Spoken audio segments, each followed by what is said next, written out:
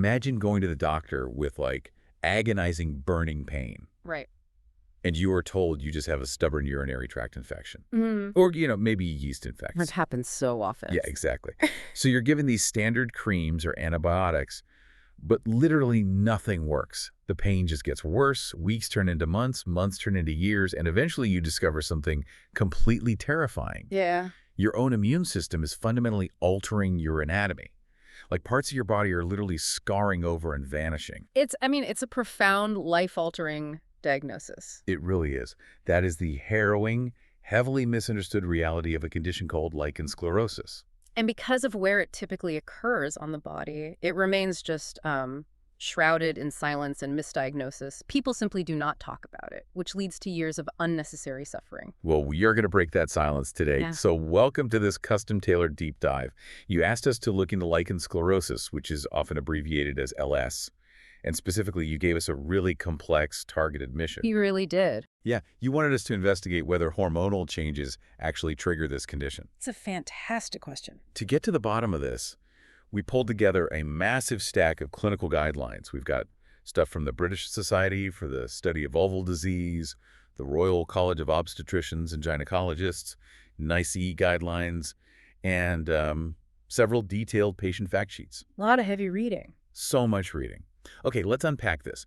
Because when you actually lay these medical papers side by side, there is a glaring, massive contradiction right out of the gate. It really is quite the clinical puzzle. You can have two different peer-reviewed documents from the exact same medical organization, and, well, at first glance, they seem to be telling the patient two completely different stories about their own body. Right. Because I was reading through a paper from the BSSVD Mhm. that's specifically focused on menopause. Mm-hmm. And the text states incredibly clearly that menopause is a primary risk factor for several vulval skin conditions.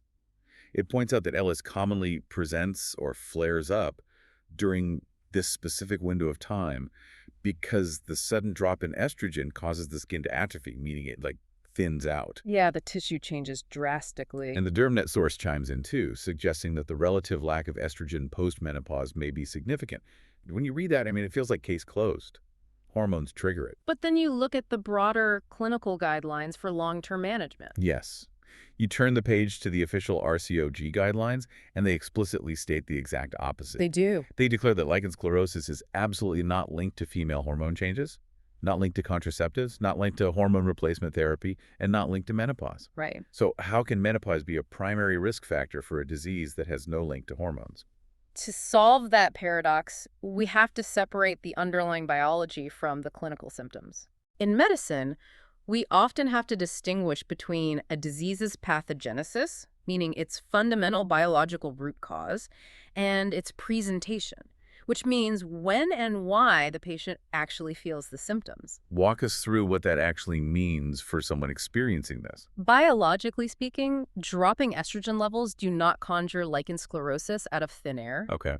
The actual disease mechanism is independent of your hormonal status. But let's look at the physiological earthquake that is menopause. It is an earthquake, yeah. When estrogen drops significantly, the tissues in the genital region undergo severe changes. They thin out, they lose their natural elasticity. Right. There is a profound loss of moisture, and even the local microbiome shifts.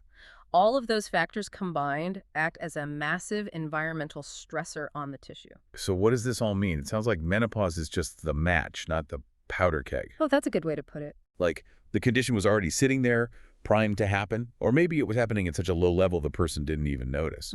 But the trauma of that estrogen drop just sets off the symptoms. What's fascinating here is how perfectly that analogy captures the reality of the condition. Menopause creates a harsh, fragile environment where the disease can suddenly thrive. Then become painfully obvious. Exactly. It unmasks the condition. But the dropping estrogen is not the architect of the disease itself. If the hormones are just the match, we need to talk about the powder keg. We do. Because digging through these sources, the actual root cause seems to point heavily toward a massive malfunction in the immune system, combined with some surprising environmental triggers. Right. So the clinical classification for lichen sclerosus is an inflammatory autoimmune dermatosis. Okay. When researchers look at the blood work of women with vulval LS, they find something very specific. Between 60 to 80% of them have circulating autoantibodies that are actively attacking a protein in their own bodies. I saw the name of that protein in the research extracellular matrix, protein 1, or ECM1. What exactly does that protein do? Think of ECM1 as the mortar between the bricks of your skin cells. Oh, okay. It's a crucial structural protein that helps hold the dermis together, giving it strength and regulating blood vessel growth in the skin. Got it. In a patient with LS, the immune system mistakenly identifies this essential mortar as a dangerous foreign invader. It launches a coordinated attack against it, creating chronic, localized inflammation. And because it's a systemic immune issue, the patient's entire body is often involved in other ways, right? Yes, absolutely. Because the guidelines point out a huge overlap with other autoimmune disorders. Like, if someone has LS, they're much more likely to be battling thyroid disease, type 1 diabetes, alopecia areata, which causes patchy hair loss, or vitiligo, where the skin loses its pigment. There's a clear pattern there. Plus, there's a strong genetic component. The data shows roughly 15% of patients have a direct family history of the condition. The genetic predisposition acts as the foundation. The immune system is essentially preloaded to make this mistake. Right.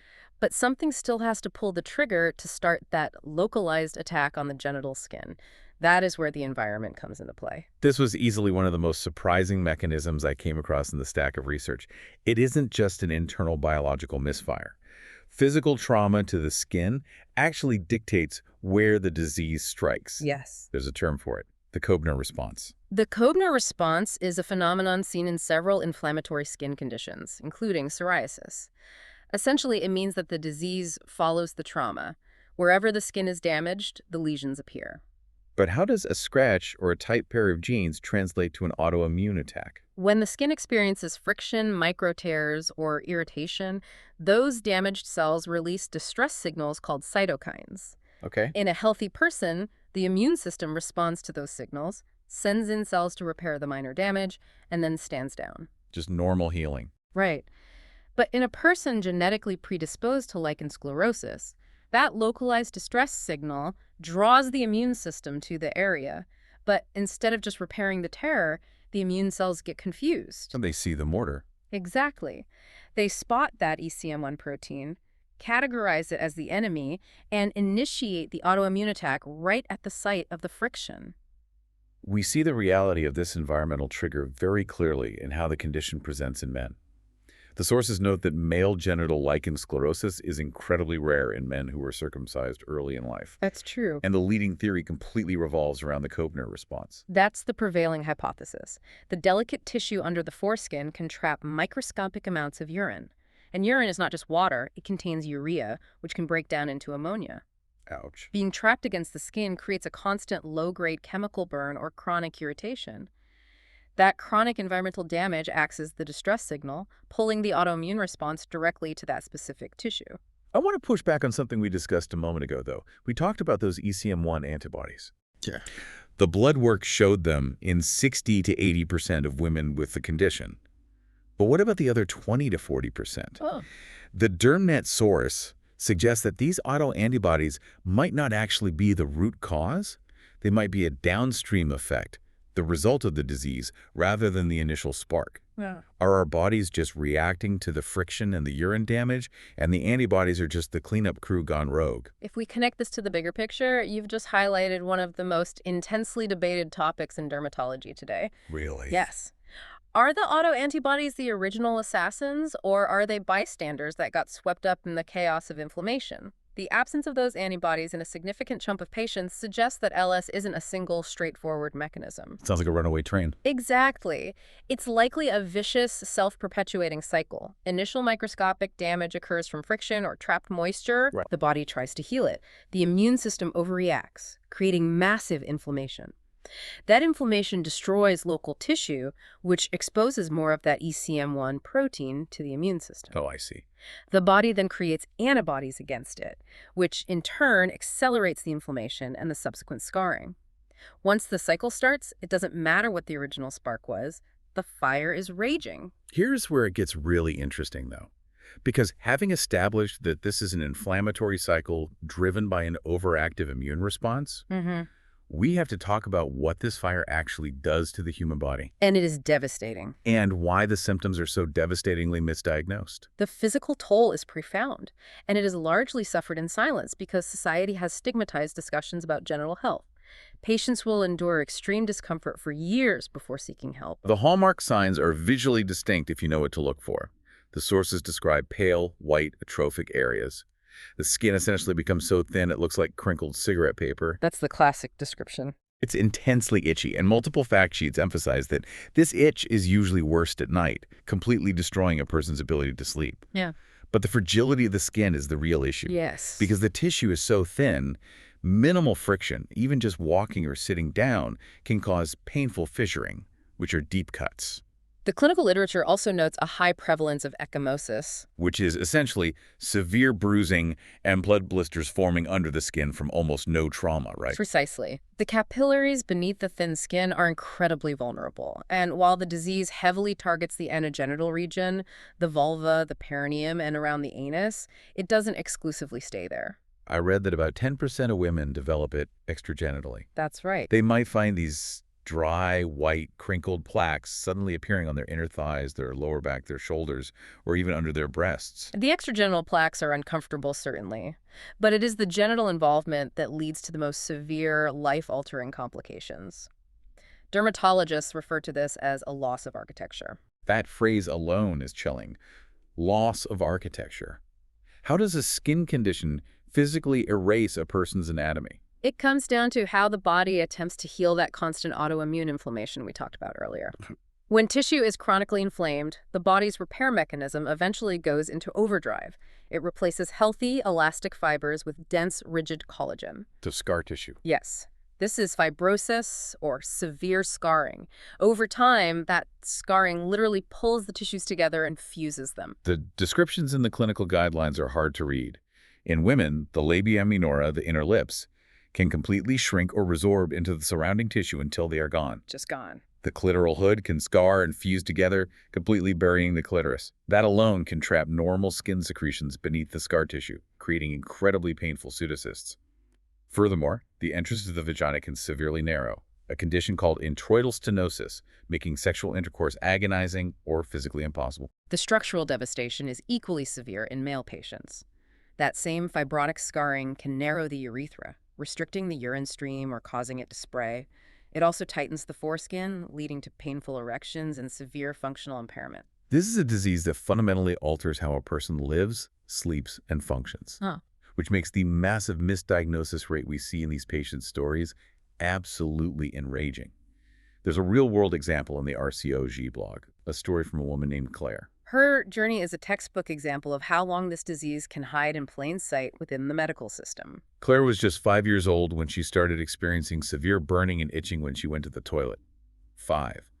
She was taken to the doctor and diagnosed with cystitis, a standard urinary tract infection. Which is such a common misstep. She was given treatments that obviously didn't work because she didn't have cystitis. She had Lichen sclerosus. Can you imagine the psychological toll on a child living with agonizing pain every time they use the bathroom and the adults around them just throwing standard antibiotics at it? It creates a deep distrust in the medical system and a sense of profound isolation. As she got older, her undiagnosed condition continued to ravage her tissue. She developed a perineal tear that simply wouldn't heal. That tear turned into an ulcer.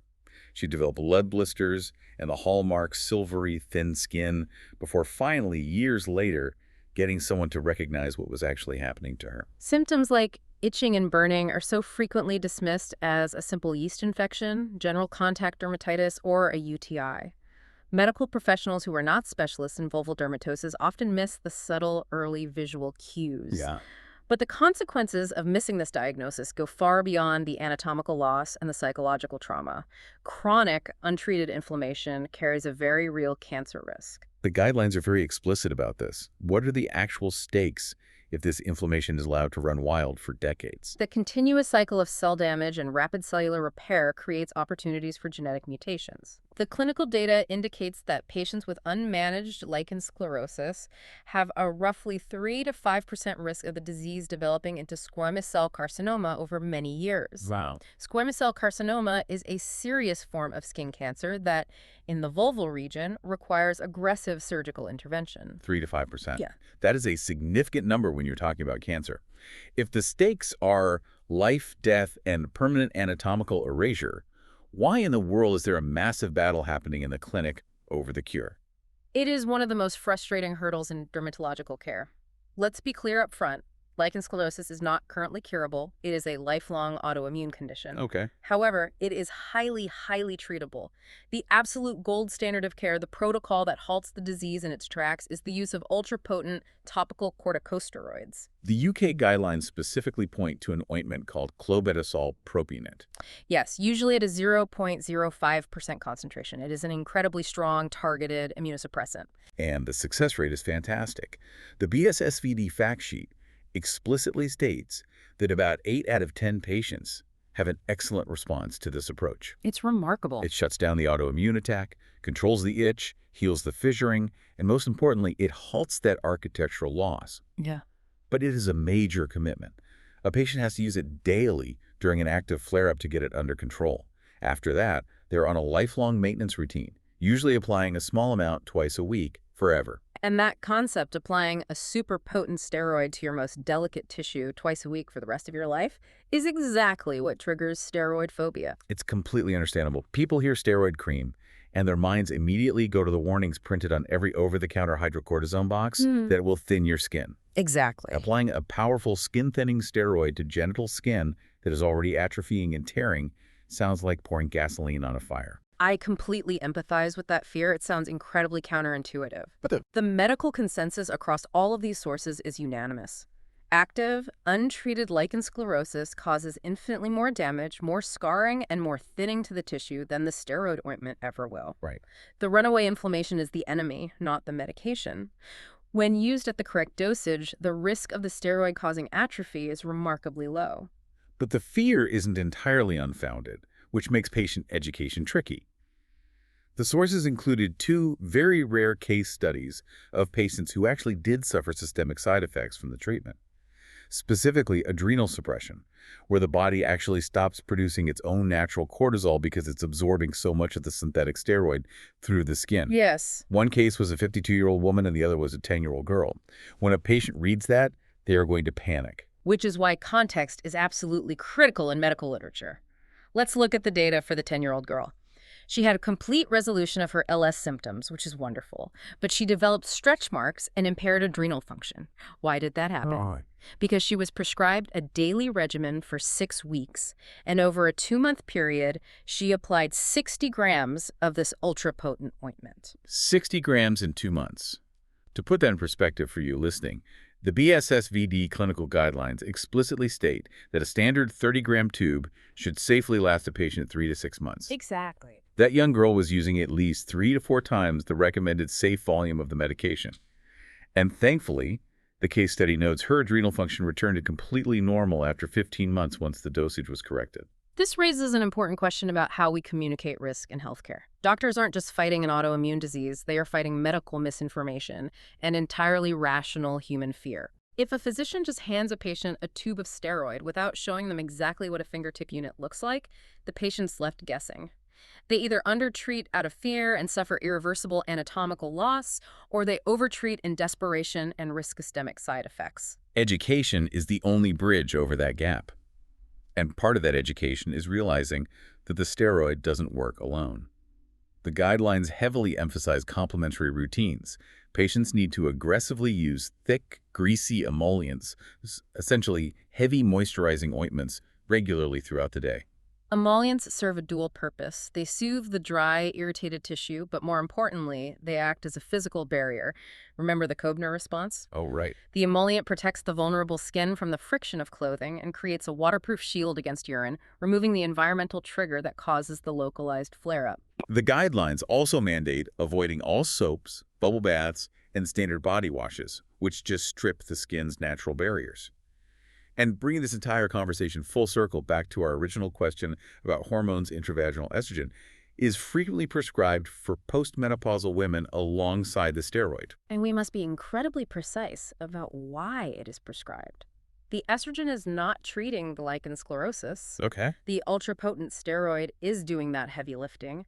The estrogen is specifically treating the overlapping menopausal atrophy we discussed in section 1. Right, the thinning of the skin. Exactly. By plumping the tissue and restoring elasticity, you are removing the massive environmental stressor that unmasks the LS. It is a brilliant dual-pronged approach to restoring the skin's integrity. Okay, let's pull all of this complex biology together. You asked us if hormonal changes trigger lichen sclerosus. The answer is a nuanced no.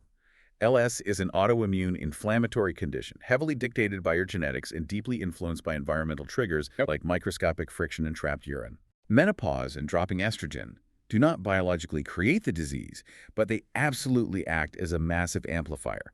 They weaken the tissue, unmasking the symptoms, and creating an environment where the disease can rapidly accelerate.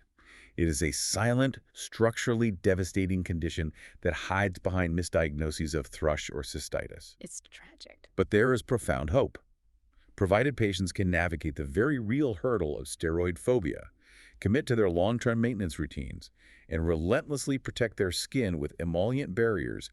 8 out of 10 people will halt the disease and reclaim their quality of life. The journey to diagnosis is often unacceptably long. But the data shows that once a patient is on the right path, the prognosis for managing the symptoms and preventing further damage is actually quite optimistic. It is a massive relief to know that the tools to stop it exist. But I want to leave you with a final forward-looking thought, something that builds on that massive debate we explored earlier regarding the ECM1 autoantibodies. Oh, I like where this is going. We discussed the theory that those antibodies might actually be a downstream effect, that they are the result of tissue damage rather than the original cause. The cleanup crew. Right. The immune system is fundamentally overreacting to microscopic damage from friction, tight clothes, or the chemical burn of trapped urine. If that theory holds true, could the future of curing lichen sclerosus lie in an entirely different direction? Instead of suppressing the entire localized immune system with powerful steroids, what if the future lies in creating advanced, hyperprotective microscopic skin barriers? Imagine a biomaterial or a topical treatment that simply stops the initial microscopic damage from ever occurring. That would represent a seismic shift in dermatology. You would essentially be rendering the genetic predisposition irrelevant by removing the trigger. Exactly. We wouldn't be fighting the immune system. We'd just be making sure the alarm never has a reason to ring. It's a fascinating paradigm shift to ponder. Sometimes solving a medical mystery isn't about fighting the body's reaction, but simply protecting the body from the very first scratch.